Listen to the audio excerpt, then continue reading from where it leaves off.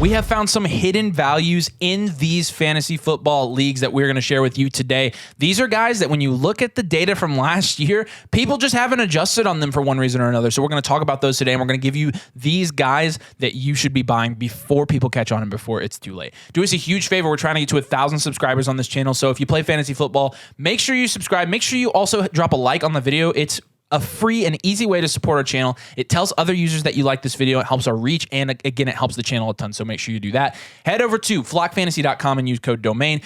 All of our best ball and fantasy rankings, all of the fantasy articles that we release, all the databases that we have on the website, our Discord. If you select the Mother Flocker tier with code DOMAIN, we will review one of your fantasy teams, and you'll get to play in a league with us. So lots to be had over there if you use code DOMAIN. Like I said, you get 30% off.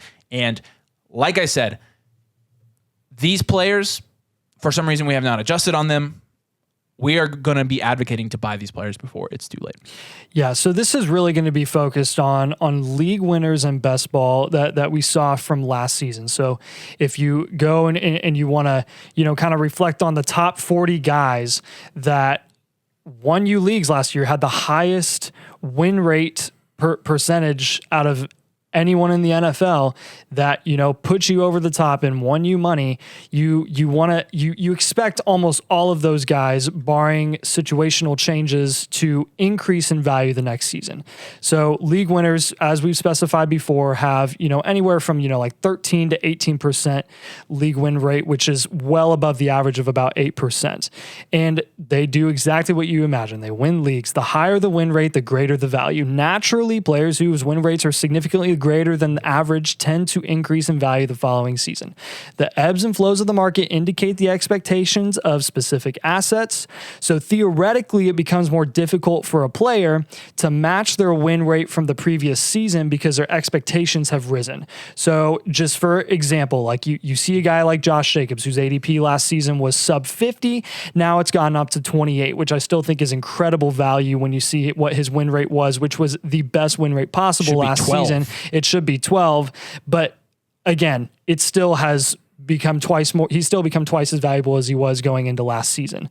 And the following players, which we're about to talk about here, have some of the best win rates in best ball last season, but there's a disconnect here because they haven't significantly increased in ADP going into this year, into 2023, and their situations haven't changed significantly either. So these aren't guys like Jamal Williams that we're talking about who have decreased in ADP because they went to the Saints and are playing behind two other running backs. No. These are guys whose situations have maybe even improved, and they're stagnant. Their ADP is stagnant. What does that mean? That means that we've found the greatest proven player values in best ball drafts, I personally believe, because if their win rates were what they were last season and they're the same now from an ADP perspective, you can bet they're probably going to have the same win rates this year. So the first guy that I have is TJ Hawkinson. And I know this is going to be a surprise for a lot of you because in best ball leagues, you're not playing in tight end premium. And I was just as surprised when I saw this, like how valuable can tight ends be when it comes to their price outside of Kelsey, and how much are they really winning you leagues? Well, Hawkinson last season, when he went from the Lions to the Vikings, really became a much more consistent and still very high upside tight end. And he had an ADP going into the season of 50.6, and he ended up with a win rate of 17.6%. That was fourth best overall in the NFL last year. Yes, ahead of Travis Kelce. TJ Hawkinson had a higher win rate last year than Travis Kelce. His current ADP this season is 52.9. So it has gone down slightly. Jeez. And he was being drafted that high with the Lions last year. With the Lions. And now he's in a better him lower. And his situation in Detroit was bad. It got better in Minnesota. We saw that it got better. Put up the game log and see what he did in the second half of the season. Like, it was absolutely incredible and super exciting for the owners of him. Jordan Addison was the greatest addition to the offense this offseason for Minnesota. And outside of that, that's the only reason I can really see why Hawks' value has maybe remained stagnant. Like, do we think that Addison is really going to heavily impact Hawkinson's production? Like, I could see that reasoning, but then on the flip side, Thielen is leaving 107 vacated targets, and Dalvin Cook is leaving behind 40 receptions. And there's no one to make up for that outside of Jordan Addison. Like, you have Madison coming up behind Dalvin, and his receiving upside is nowhere near what Dalvin Cook's has been in the past.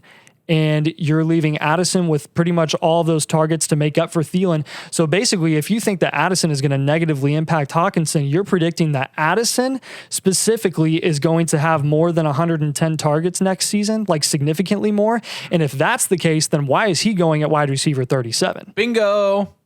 I mean, this could be just as much pro Addison as it is pro Hawkinson, but I think when it comes to a price perspective, TJ Hawkinson with a win rate last season of 17.6%, and he's going at the same price, do it again. Do it again. He has an entire season with Minnesota now. I want you to have the next two guys. Yeah, so the next guy, I'm going to be 100% honest with you guys because I want you to win your leagues. This makes absolutely no sense. Zero sense. None. We're talking about Devonte Adams. In 2022, his ADP was 13.1 with a win rate of 13.5. His 2023 ADP is 14. If we're really valuing wide receivers the way that we are in these best ball drafts where you're taking them all in the first round and you got to get a wide receiver, why the absolute flaming heck is Devonte Adams going as the wide receiver 10? Do you really think that Devonte Adams is going to finish as the wide receiver 10? Devonte Adams had 180 targets last year. He was first in target share. He had a 33% target share. He was fourth in snap share. He was fourth in route run. He was fourth in route participation. He was first in air yards. He was fifth in air yard shares. He was second in deep targets. He was fifth in red zone targets. He was seventh in receptions. He was third in receiving yards. He was third in yards after catch. He was first, not after all of that, he was first in unrealized air yards. First. He was first in touchdowns. He scored the third most fantasy points among wide receivers. And we are projecting after Derek Carr leaves town and they bring in Jimmy G, who is not that much worse. We are projecting that Derek Carr is going to slide to the wide receiver, for Devonte Adams is going to slide to the wide receiver 10. Why? Tell me in the comments why. Why is Devonte Adams not going behind Tyreek Hill and Stephon Diggs or even ahead of Stephon Diggs? Why is he not going ahead of A.J. Brown? Why? Devonte Adams has no target competition. None. You don't think Jimmy Garoppolo can support a wide receiver 1? I completely beg to differ. Because he has. What are we doing, guys? I mean, you're getting, and kudos to those of you who are going to watch this video and adjust. You're getting Devonte Adams, who could be the wide receiver 1 this year, in the second round. You should be ecstatic when you land Devonte Adams. We are. I know you can say I'm crazy. Whatever. I went on a rant. Fine. We are totally overthinking this. I do not. Again, I look at this underdog ADP and it just blows my mind. Yep. I as much as I like Garrett Wilson and CeeDee Lamb and Amon-Ra St. Brown, are they really outscoring Devonte Adams? Why are we trying to predict a fall off? Grab Devonte Adams where he's at. He's going to continue to win you leagues. His league win rate is going to be higher than it was last year, this year, I think. I think it will. I agree. And honestly, he's proven, I mean, the worse those offenses get, the more they rely on Adams specifically, which means he's just going to get more and more opportunity. I mean, it just doesn't. He's quarterback proof. I mean, we're taking. He is the ultimate definition. He is the face of quarterback proof.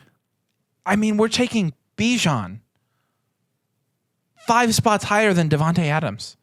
He's going back to back with Nick Chubb. How much higher is A.J. Brown going over Devonte Adams? 6 picks overall. Give me Adams. And 4 wide receiver spots. Give me Adams. Give me Adams. There's no target competition. No target competition in Vegas. Holy smokes. Not to mention they don't have a running back, or they don't have a quarterback that has rushing upside. Like, not even close. Yeah. Compared to A.J. Brown in Philly. Again, I don't understand the disconnect here, but again, Devonte Adams, if you're getting him in the second round, he's going to be a screaming value for you, as is the next guy. Saquon Barkley, man, I just... Maintained his ADP from last year. And he was second in snap share, third in opportunity share, fourth in weighted opportunities. He was fourth in carries, sixth in targets. Don't forget about that one. Fourth in rushing yards, seventh in receptions, 10th in total touchdowns, fifth in fantasy points per game. What? Why? why. I some of this leaves me speechless. Last year, he had a win rate of 14.1%, and again, he's going only a spot higher than he was in this year's ADP compared to last year's. He's going to be the focal point. Have you seen their receiver core? Put up the depth chart. New York Giants receiver depth chart right there. How does that look to you? But Paris Campbell. Man, we heard that for years, didn't we? We did. I mean, is Jalen Hyatt going to come out here and out? I mean, with the amount of targets that Saquon's getting, not to mention the fact that it's Saquon Barkley, who, by the way, I think will get extended in New York. I do think he will. Yep. You're getting him at the end of the second, early third in these best ball drafts. With a win rate of 14.1% last year. I mean, you're getting him at the same price. Let's not last year, it was completely understandable why Saquon Barkley was going at the end of the second, start of the third in best ball drafts. There were tons of question marks, and really the only thing we had riding for him was the fact that, I mean, look what he did before his injury, and he did come back a little bit towards the tail end of the 2021 season, which made you encouraged by his upside for the entirety of 2022. There were still question marks. Now, what question marks do you have? The holdout? Who gives a rip? Who cares? Seriously, who cares? Josh Jacobs is playing this season. Come back and roast us if he doesn't. It's career suicide for him not to play this year. Yeah. Saquon Barkley is playing this season. It can't be for the holdout, though, because Josh Jacobs has increased in ADP. I mean, granted, he's still undervalued, but like, still criminally why undervalued. is Saquon maintained? I mean, Saquon has RB1 upside. And this is going to be more, he's the RB6. So I think that's right in the right range, anywhere from 4 to 6 for Saquon. There are wide receivers going over Saquon Barkley that should not be going over Saquon Barkley. It's not where he is at in context of the running backs. It's where he's at in the context of everybody. It's where all the running backs are. We will continue to harp on this. We're gonna sit here and tell you, and then we're gonna sit here after the season and say, I told you, because the running backs are going to be league winners this year in basketball drafts. Big time. Promise. I promise. And Saquon Barkley's no exception. If you're starting your draft with Justin Jefferson and Saquon Barkley, I mean, congratulations. Honestly. Tyreek Hill and Saquon Barkley, hats off to you. That's a cheat code start. Last season, Nick Chubb averaged 16.6 points per game, which was sixth in the NFL, I believe. Saquon Barkley averaged 17.8 points per game, and Nick Chubb is going at least a full round ahead of Saquon Barkley at most. Nick Chubb going at the tail end of the first, beginning of the second round, Saquon falling as far as the 2-3 turn at times. I'm drafting Saquon and Jonathan Taylor, two guys I'm drafting every time in the second round, every single time. You got the last guy on this list. So the last guy on this list is the most interesting. I think it's the most. You know what? I'm not even gonna say it's aggressive, because it's not. It's not. The aggressive thing is taking wide receivers above Christian McCaffrey, a wide receiver specifically above Christian McCaffrey, who lacks week-to-week consistency. I'm going to get a lot of hate for this. And we understand that it's best ball, but Nathan absolutely has a point here. I have a point here. Christian McCaffrey last season, again, with all the doubts, with all the injuries in his career, still had an ADP of 2.4, because everyone knows what his fantasy upside is year in and year out. Last year, going at 2.4 ADP, still had a win rate of 15.3%. His current ADP right now is 3.8, which is a significant, pretty much a set tier drop from Justin Jefferson and Jamar Chase to Christian McCaffrey. So basically, you're going J-Jeff 101, Jamar Chase 102 without question, and then CMC no earlier than the third pick. This is bold, but it's not bold. I'm taking Christian McCaffrey over Jamar Chase. I am. In best ball, I'm taking Christian McCaffrey over Jamar Chase. Jamar Chase last season had a win rate of 3.1% and had a top 6 wide receiver rate of 35.4. That is not league winning numbers. And yes, I know those numbers to an extent are skewed because of his injury. He played at the end of the year. But he played at the end of the year. There is no excuse. I will pull up his game log right now. We'll show you. It's right there. There it is. Does that scream consistency to you? It shouldn't. You guys love T. Higgins so much. If you love T. Higgins so much, you should not be taking Jamar Chase at the 102. And I think it's merited that. I don't think you should be taking Jamar Chase over Christian McCaffrey. And there's too much of a consistency gap between these two. This is not a knock on Jamar Chase, the player. This is not a knock on his upside in best ball. He should be going in the top 4 picks. He should be going in the top 4 picks.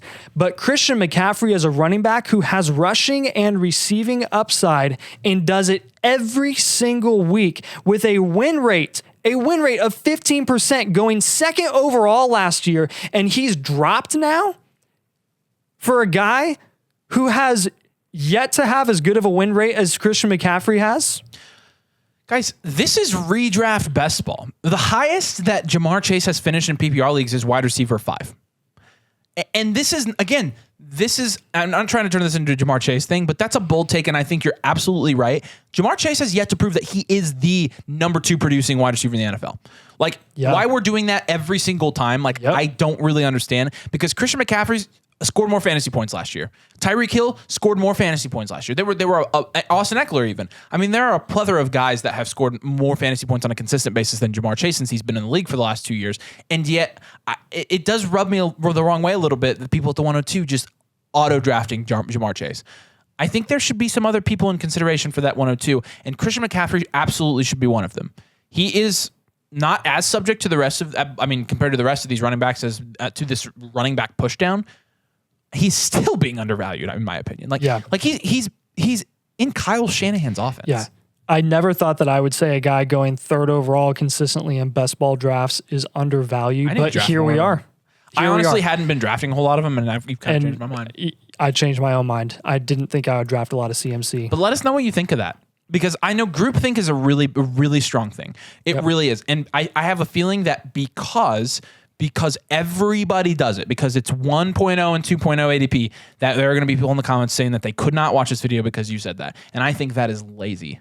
I think that we're not afraid to push the boundaries. I think that we're afraid to push the boundaries just because everybody else thinks a certain way. And again, guys, you do not win. You do not win leagues that way. We're not just pulling random players from ADP and just saying they're good values. These are proven guys who had some of the highest win rates last season in best ball, and they are some of the few. Like, they are one of these guys are 4 of maybe 7 in the top 40 from a win rate perspective who have maintained or had stagnant ADP going from 2022 to 2023. These are legitimate outliers.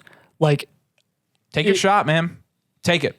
Yeah. It's not even really a shot. It's like a draft these guys because you're going to get a good return on investment. Yeah. So let us know what you think. Let us know what other guys you think are being underdrafted in best ball leagues in the comments. We really like hearing from you guys. Do us a huge favor and make sure you like the video. Make sure you are subscribed as well if you play fantasy football. We're going to be your home for fantasy football content, rankings, weekly start sit, strategy videos. All that is going to be coming your way, so make sure you're subscribed.